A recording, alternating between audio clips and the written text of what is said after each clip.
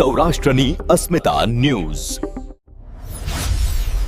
કોંગ્રેસનો પંજો મજબૂત, જિલ્લા પ્રમુખ પાલ આંબલિયાની રણનીતિ સફળ, ભાજપના દિગ્ગજ યુવા નેતાને કોંગ્રેસમાં ખેંચી લાવ્યા.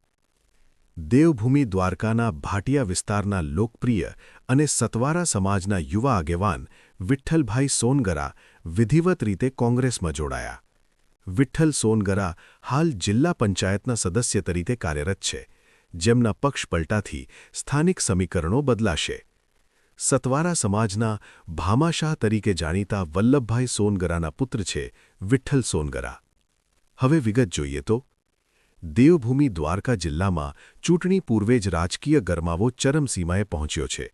ભાજપના ગઢ ગણાતા આ વિસ્તારમાં જિલ્લા કોંગ્રેસ પ્રમુખ પાલ આંબલિયાએ મોટું ગાબડું પાડ્યું છે.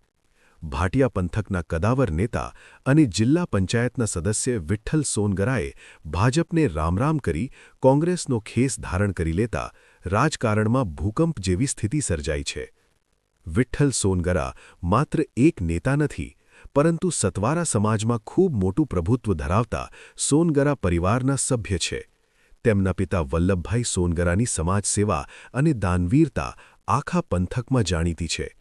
વિઠ્ઠલભાઈના કોંગ્રેસમાં આવવાથી ભાટિયા અને આસપાસની બેઠકો પર ભાજપના વોટ બેંકમાં મોટું ગાબડું પડવાની શક્યતા સેવાઈ રહી છે. લોકોની સેવા કરવા માટે કોંગ્રેસની વિચારધારા સાથે જોડાઈને હવે નવો પ્રવાસ શરૂ કરી રહ્યો છું. વિઠ્ઠલ સોનગરા.